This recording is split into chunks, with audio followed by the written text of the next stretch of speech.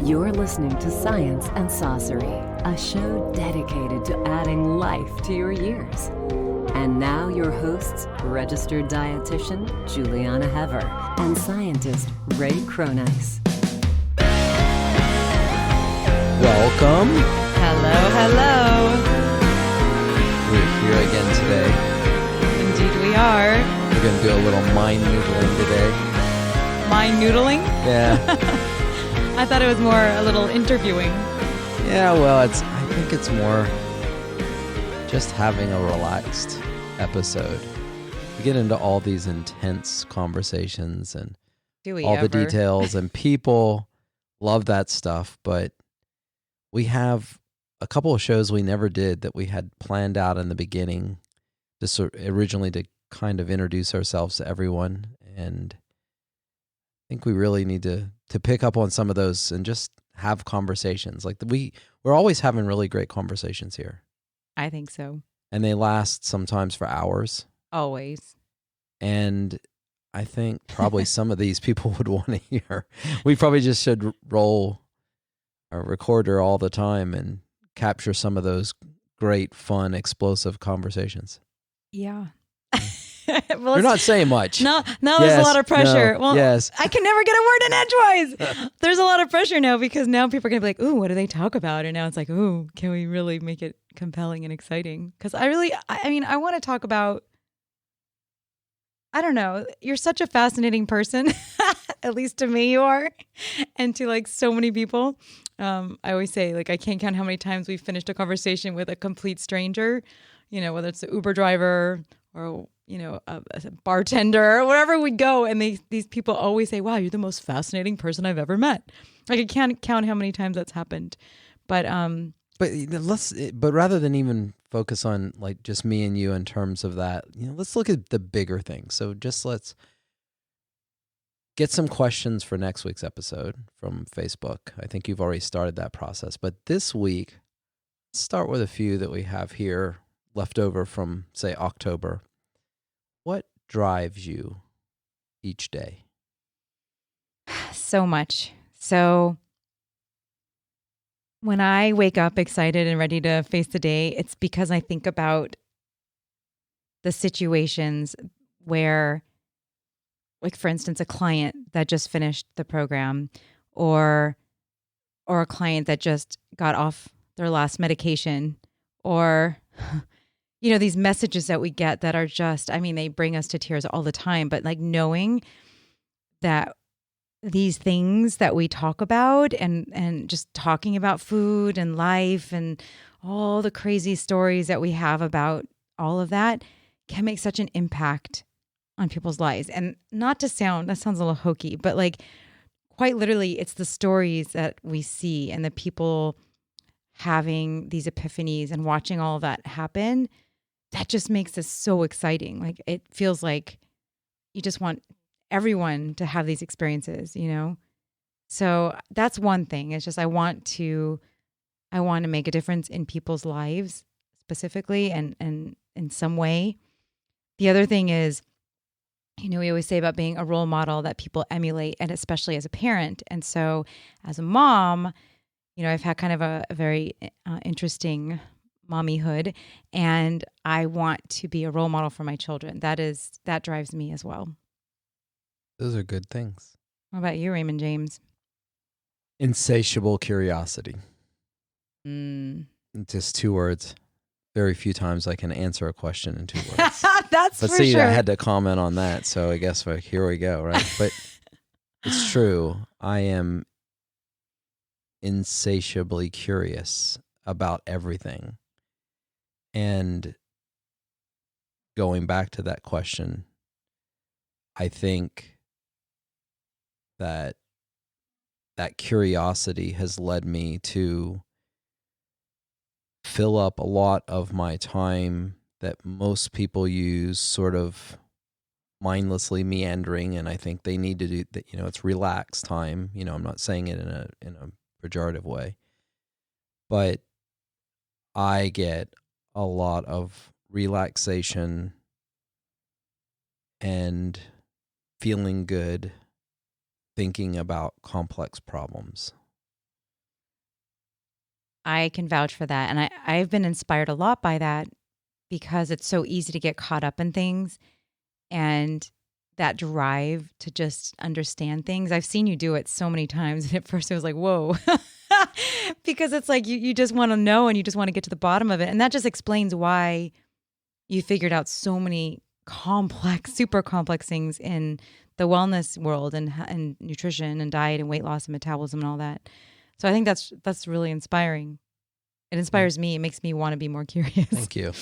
Yeah, but to me, it's more like entertainment. I don't know if anyone can see it that way. This is what I do when I don't have anything to do. I love thinking about problems, and I do have, at least it seems like, some ability to hold a lot of these disparate facts somewhere in this gray matter until they gel to some cohesive idea. So I'll hear something, and a lot of times, I think that's one thing in conversations. A lot of times people don't believe I heard what they said. And you know that story where I hear a lot that everybody says, and I remember a lot of what everybody says. And somehow, some way, I believe our brains are able to take that stuff from this sort of adaptive subconscious space where it's just hanging there and move it into the productive space. You can think about the problems, but that's what drives me. It's getting up and being creative all day. If you could have a sit-down private discussion with anyone, past or present, who would it be and what would you ask? Well, there's no any one. There's going to be a couple. So I would love to hear Aristotle speak just in his native tongue and understand it. I would love to just sit down and listen to him lecture and not have to sort of infer a lot of that stuff from sort of secondhand knowledge. But I would say most recently, it would probably be Justus von Liebig is the person I would most like to have a conversation now with, because I am completely, and he was sort of the father of the chemistry lab. He invents the chemistry. When you take chemistry and you go to chemistry lab, it's because of him that happened. And just an amazing individual, but a huge figure, a prominent figure in both agriculture and human physiology and nutrition. But the conversations I would want to have with them would be relaying what we've learned since, but then really capturing with him some of the behind the scenes of him doing and pursuing the things he pursued, why he did it. Fortunately, we have a lot of what he wrote in his Liebig letters, because he wrote so much, and he was like a public figure, kind of like a Carl Sagan sort of person in his day, that wrote about science and food and such. But those would be on my list. All the greats, Lavoisier, von Voigt, Pettenkofer, Rubner, Lusk, even Atwater. I got to at least rummage through lots of Atwater's personal files, his love letters to his wife, and all those kinds of things. I did that in 2012 up at his library.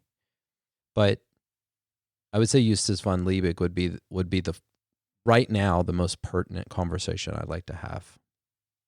What about you? This is probably the hardest question because there's so many ways to go and there's so many people.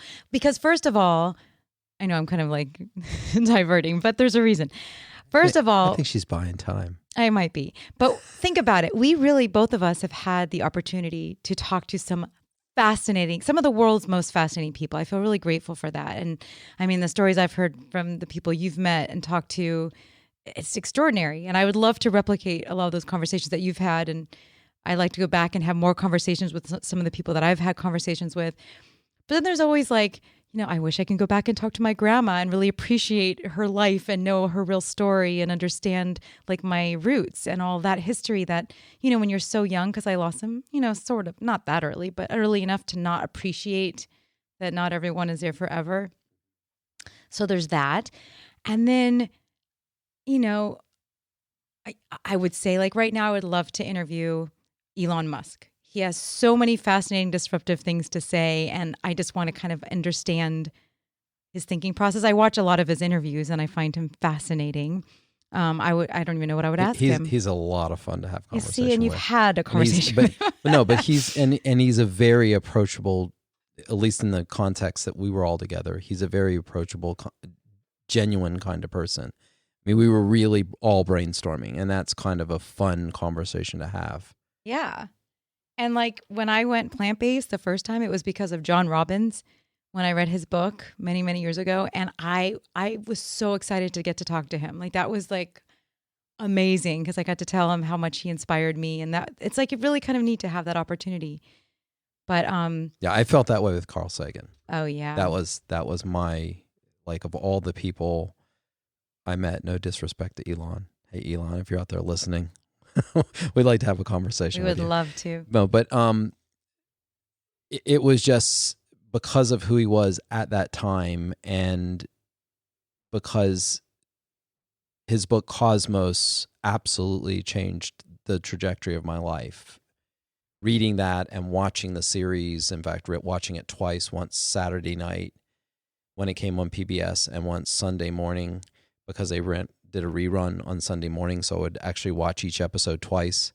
And it was the first book I ever went to the bookstore to buy, which is kind of a crazy thing. I read books as it was required, and, we had a lot of books in our house, so I read. It wasn't that I didn't read books, but it's the first time I actually went to the store to buy a book. I was fascinated about his story of Flatland. So. Wait, and I'm not done. Okay, go. I would also, another element of that is one of my favorite writers of all time is Shakespeare. I always talk about him. And I spent so many years studying Shakespeare from a theatrical perspective and from a literature perspective. And I just think it'd be so amazing to be able to go and watch him, direct and write and like talk to him and interview him about his process. But like, I also feel like you can go and read and get lost in the words and you can learn so much from these books. I think books are absolutely extraordinary because look at all that we're talking about mostly stems from being moved by reading a book. Right. Which is kind of interesting. Have you ever worried that meeting one of these people would dramatically and negatively impact your view of them? Of course, because that's happened too, where it's like so disappointing. You're like, oh, like it changes your whole perspective. Do tell. No, we won't. No, we're not mentioning any names. These are people that are still around. There you go. Yeah. So what is one of your biggest pet peeves? Okay. So I think that one of the positive parts of this crazy time right now, the coronavirus quarantine thing, may ameliorate my biggest pet peeves. And there's one main one.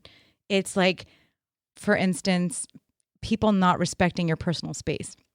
So like I went to an amusement park with my kids this summer and it was like, I couldn't stand these people, like would not get, like you can't stand in line without people touching you and bumping you and they're all sweaty. And it was just, that drove me crazy. She wasn't very happy in China. And China too. It was really interesting in China because it's just cultural where they don't put these spaces between it. But I'm hoping that this will change. And also the whole like handshaking thing. Those are two things that drive me crazy. And I'm hoping that this will be done now because we don't need to do any of that. We can give each other a little space. Yeah. And not shake hands. I want to do the Sawadee-ka from Thailand. Why? The why. Yeah. I think we should start implementing that. It's beautiful. And it's hands-free. What about you? The little germaphobe. I am a little germaphobe. You got the germophobia. I am. Let's see. You don't have any. I like everything. No, I know I have one that I say all the time, but I'm not sure what it was. I'm forgetting it right now. Another one of my pet peeves is when someone asks me a question about nutrition and really doesn't want the answer. They just want to egg me on to argue with me. Yeah, I think that's common though. My biggest pet peeve is probably when someone says, let's agree to disagree. Oh, right. And I know a lot of people will say, oh, well, can't people disagree? Yes, they can disagree. But to me, when someone says that, first with me, it's only going to be on matters of science, because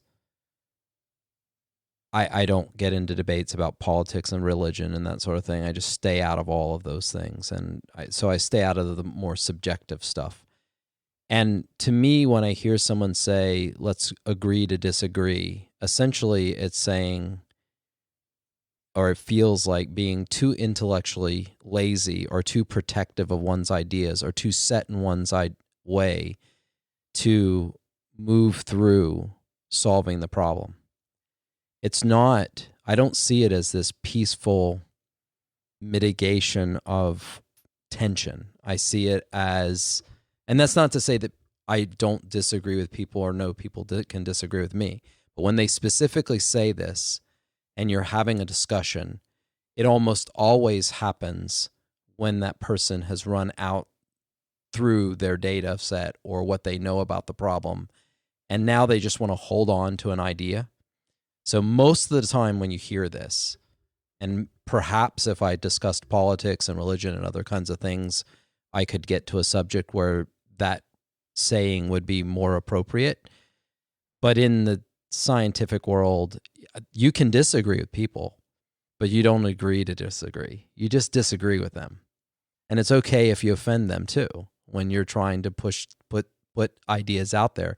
You can't offend somebody, you really can't have a discussion. I mean, you can't constantly be afraid that you can't say this because it might offend somebody.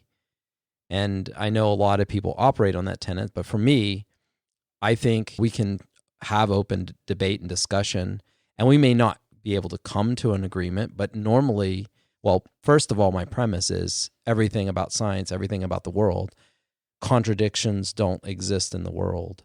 If you find a contradiction, you check your premises, one of them is wrong. It's how you view the world. It's how you interpret the world that is where that two people seeing the different movie on the same screen, Scott Adams kind of approach happens. But I that is a big pet peeve of mine, especially when it's a technical discussion and someone says that, because it just means I don't really respect you.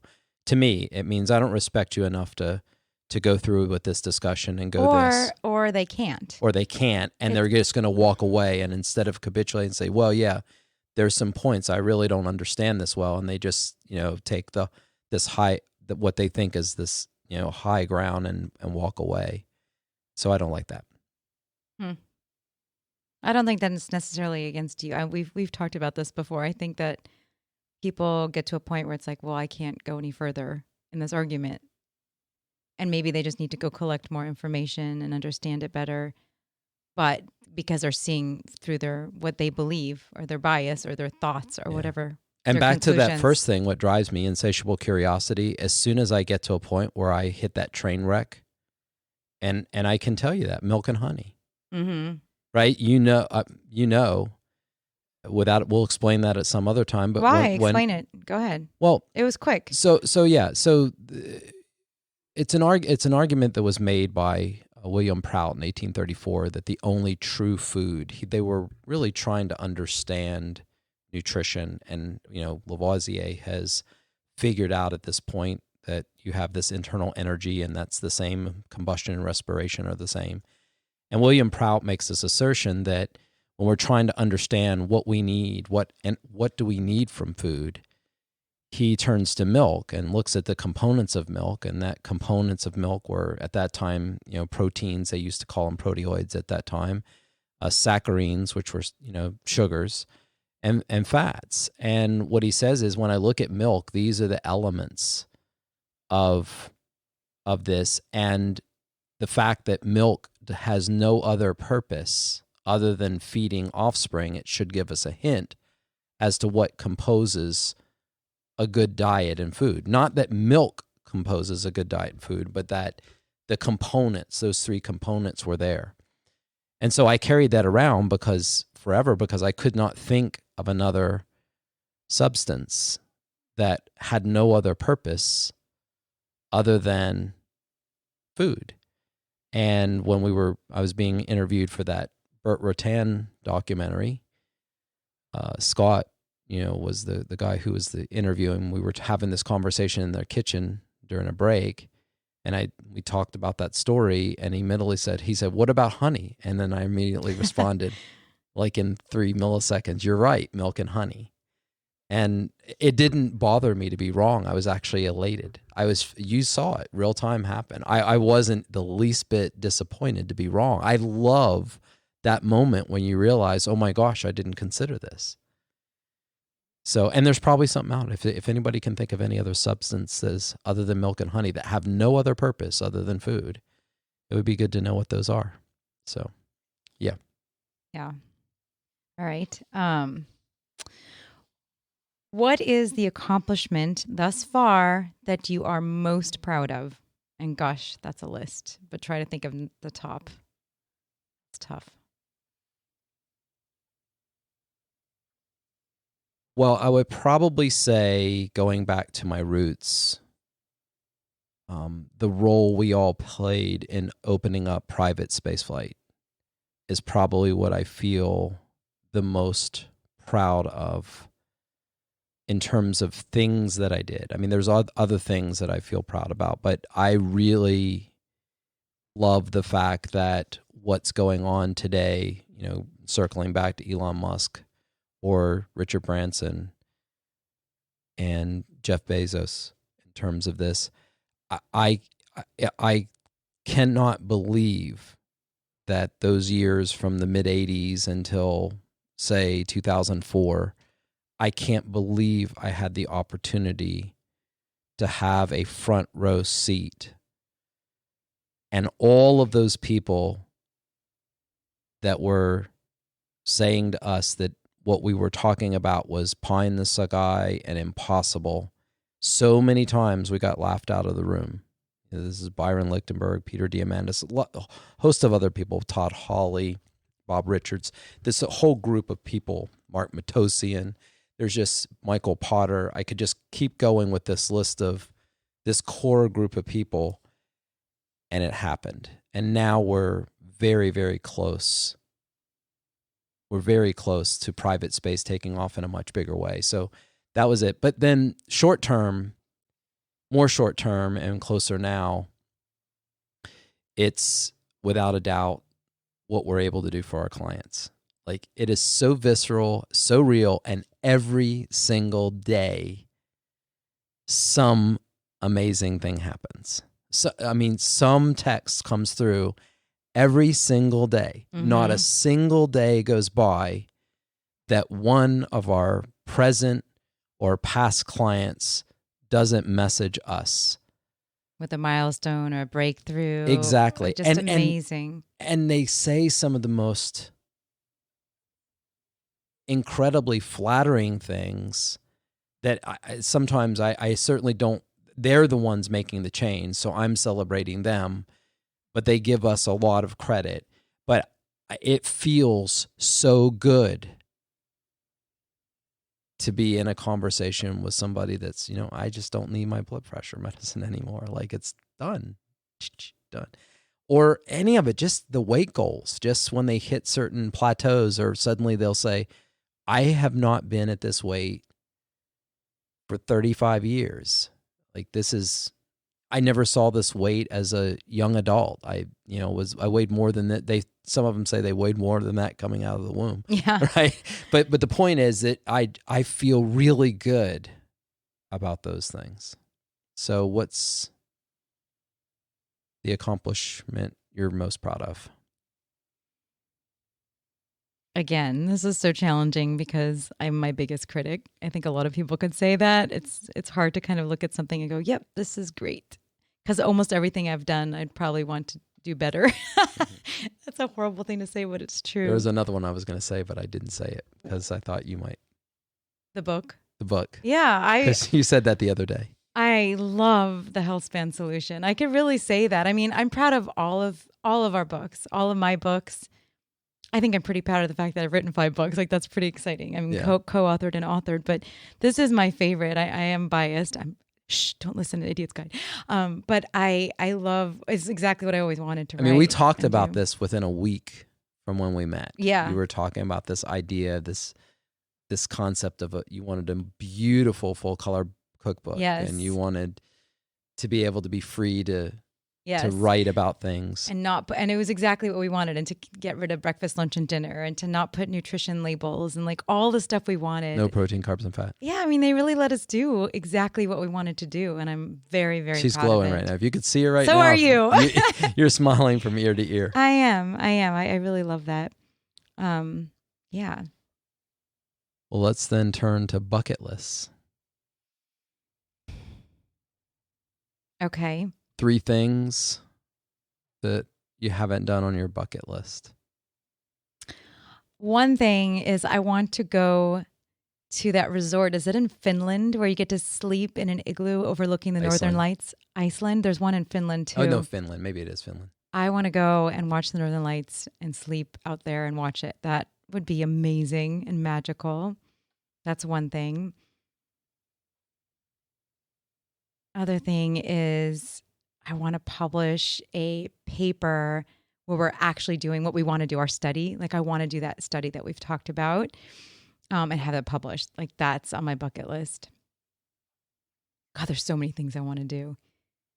I wouldn't mind running another marathon, but I think I'm over that hill. I still really want to do my PhD. Yeah. I feel like that'll make me feel complete once I Piled finish. higher and deeper. I know. I mean, do I really want to? I don't know. It's just like this thing I've had in my head for so long. It would be such a waste of opportunity cost to go back and spend the time to do that. I know, because really we can just do that ourselves and do our research. And I do want to do research. I want to do more research. Like, we've done reviews, but I want to do the research too. I've never done that actual, like an experiment. Like, that would be fun. Yeah. I want to take my children on a really fun trip. You know, like, I love our Thailand retreats and I cannot wait to go back there. And I would love to bring my children there. Go to places like, there's a lot of travel involved, so we need the world to open up hopefully soon so we can go and kind of do all those wonderful things. What about you? I want to fly in space. I'd love to see the Earth from above. So I really, even if it's a suborbital flight, I would love to get that done. I would say the other thing would be, in terms of research, I would love to bring all of my ideas on metabolism and particularly on type 2 diabetes. I would love to perform a significant enough experiment, statistically significant experiment, to demonstrate those things are true. And I would say the third thing would be probably, I really want to put together some community project to build something of historically significance. Like, I want to recreate one or more of these sets of experiments where I have like the complete things. Like, for example, just to throw it out there, because it doesn't matter what the project is, it's the bigger part of that. But I would love to create, like, for example, Atwater's historic calorimeter. I love these kinds of projects, which I've talked about on many occasions, where people are building on YouTube, building old boats, doing those things. I would love to recreate some of the data that they collected with our new eyes and interpretations, and I would love to do one of those. Those are bucket lists. You know, I've been tons of places. There's no end to travel, and so the normal things that people would say, I want to go here, I want to go there. I've been all over the world, and I've met tons of different people, and all of those I enjoy. See, those are all parts of the insatiable curiosity. They're not. They'll never be a single thing that will satiate that kind of need to travel or read or write or those things. But in terms of projects, I really want to turn this entire group of people that we have out there now, I want to focus their minds on a problem, and I want to really solve it in a community way. It just, to me, that would be really fun. On a much more selfish level, I also would love to learn how to belly dance. Well, you just start right now. Just saying. What are you waiting for? I did every kind of dance. I did a lot of ballet and modern and jazz I'd be and African. happy if I could just dance at all, but I'm happy just looking like the crazy fool. Oh. I'm that guy on want how to start a movement, Derek Silver. Yeah. I just don't care, and then everybody joins and seems to not care with me. Yeah. So, what are your favorite foods, and what are your least favorite foods? Okay. Well, we all could answer that question, right? Because I always talk about the same foods. So hummus should be a food group. It's number one, my favorite food. And then there has to be salad or kale or salad and kale or kale salad all mixed into one. I don't know. This was all paths lead to salad with Julieanna. They do. I can't help it. I don't know. I didn't try it on purpose. It just happened this way. I do. I really authentically love salad. And then my third one would be mushrooms, anything mushrooms. Especially the way you make mushrooms for me. Oh, so delicious. Yeah, that meal we had Sunday was just phenomenal. Can we just talk about that real quick? Okay, so, we have that sriracha stuffed mushroom recipe, which is online. So you guys can go look it up. It's on I think we have it on healthspansolution.com. And it's one of our favorite recipes. In fact, it was like one of the first recipes for this book because we love it so much. We make it all the time. So he decided we didn't have enough big mushrooms. This is like one of those, ooh, what do we have that's going bad in the fridge? Last minute, making a anything, kind of put it together. And so I was busy out here working and dealing with client emails and stuff. And then I come in and he had deconstructed that recipe. So he chopped up the mushrooms and cooked them with that amazing sriracha sauce.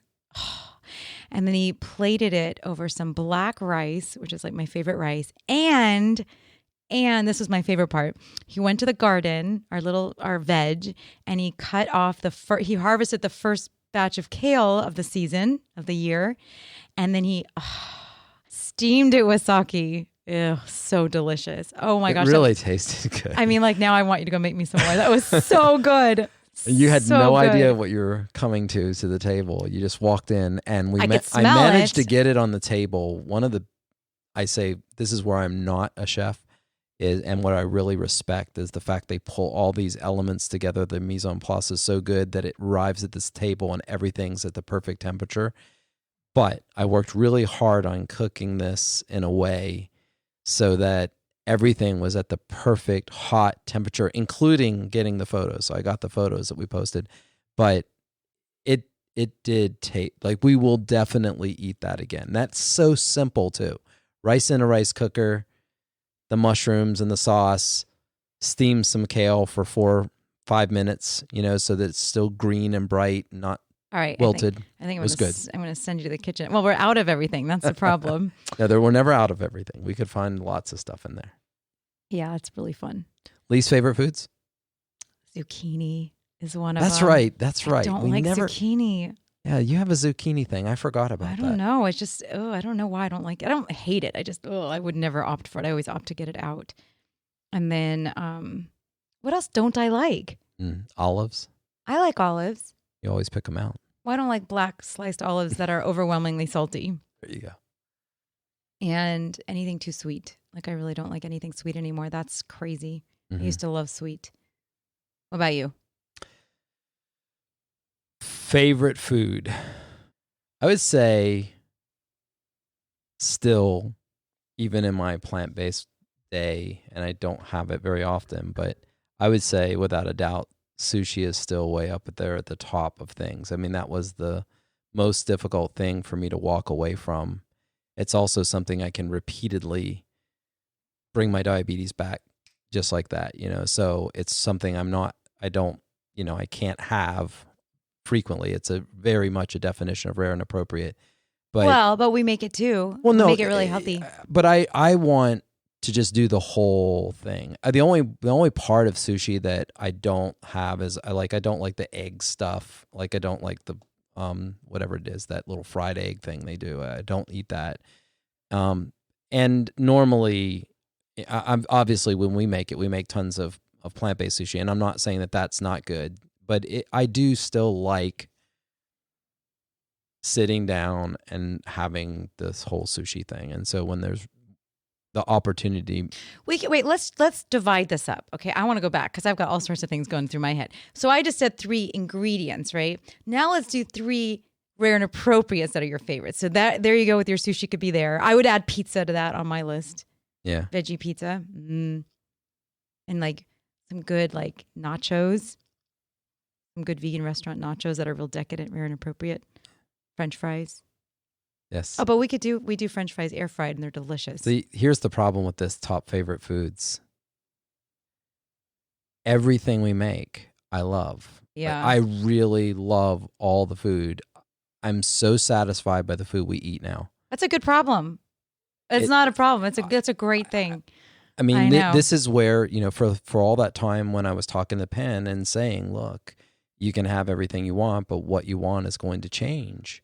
And he did see that happen, and it happened with me as well. And we've seen it with our clients. Oh, yeah, and I went through it too. So, but obviously, the other top favorite food are fruits of any kind. Oh, right. Oh, gosh, you go to town. Fruits, and I love all the exotic fruits. So those are all the tropical fruits, right? My least favorite food, that one's hard, but it's going to be things like quinoa.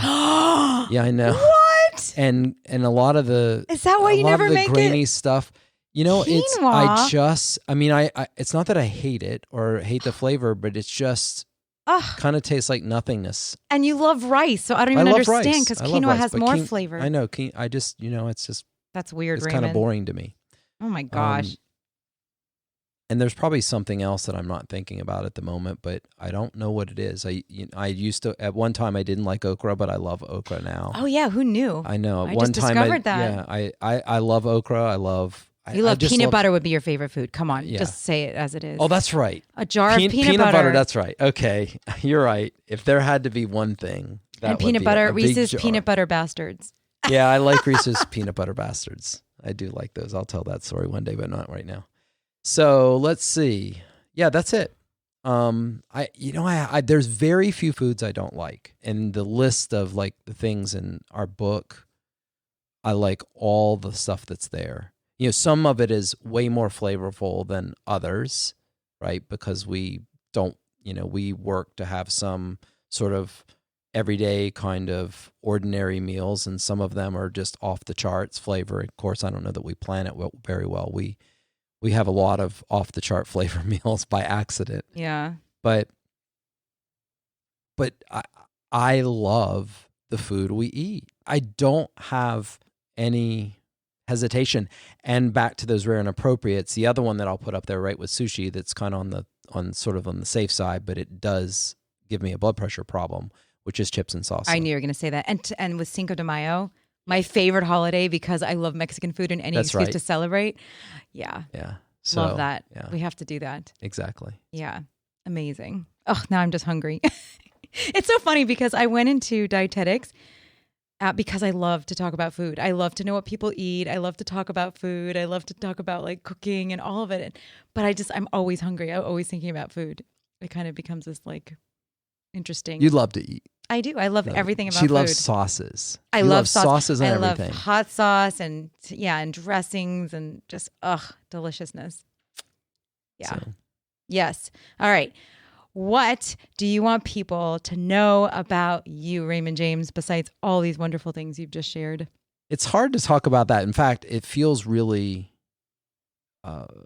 vulnerable, or it feels kind of weird to be having even this conversation right now as we're doing it, because I love talking about stuff and how I relate to that stuff within that context. It's okay. But I would say the most important thing to know about me is starting with the beginning, which is I have an insatiable curiosity to understand that to the best of my ability, because I have the same cognitive bias everybody else has, but to the best of my ability, when discussing something with me or when I'm working on something, I'm always focused on what's right, not who's right. But it doesn't always come off that way. Sometimes people think it's a battle of who's right, but it's not. It's what's right. I really love trying to get to the degree it's possible to a truth, and that becomes that. And then finally, I really am 100% committed to this idea or concept that I want us to be able to personally touch and change 10,000 lives, to help them find the kind of health, the kind of enjoyment in food that we have, the kind of excitement that we have to do this.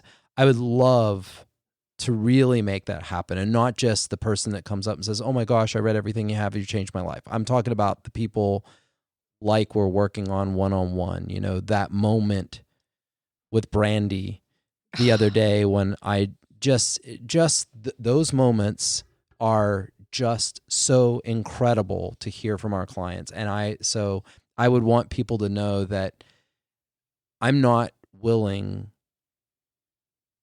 to just put myself out there only to make money doing something. I need what I'm doing to be profitable and have purpose. And it's really important, and I'm just not going to compromise. And it doesn't matter if I'm rich or poor in those things. I think your experience in the world, most of the best experiences in the world aren't bought. What do you want people to know about you? That's a hard one to follow. I would say, as a personal trainer and then as a dietitian, I can't sit down to a meal, I can't talk to a friend without everyone thinking I'm judging them. And when I went plant-based, there was like all this stuff about, people getting uncomfortable around me. And I want you to know that I'm not judging you. Like, you make your decisions for you. And I let go of all of that trying to change people a few years ago. Like, I had to let it go. And I don't want to change anybody. I just want to support you if you want to make those changes. So I'm not judging you. All my friends, girlfriends, I'm talking to you. Kids, parents, everyone, I'm talking to you. Like, I'm not like, I don't eat what you want, do what you want. I'm not judging you. And if I say anything because you ask, it's always out of love, always from a place of love and like trying to help. There's nothing wrong with that. Yeah. Well, that was really difficult. Way more difficult than I thought. Yes.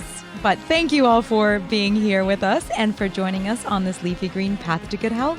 It's always the food. So remember, keep eating right. Thank you for listening to Science and Saucery.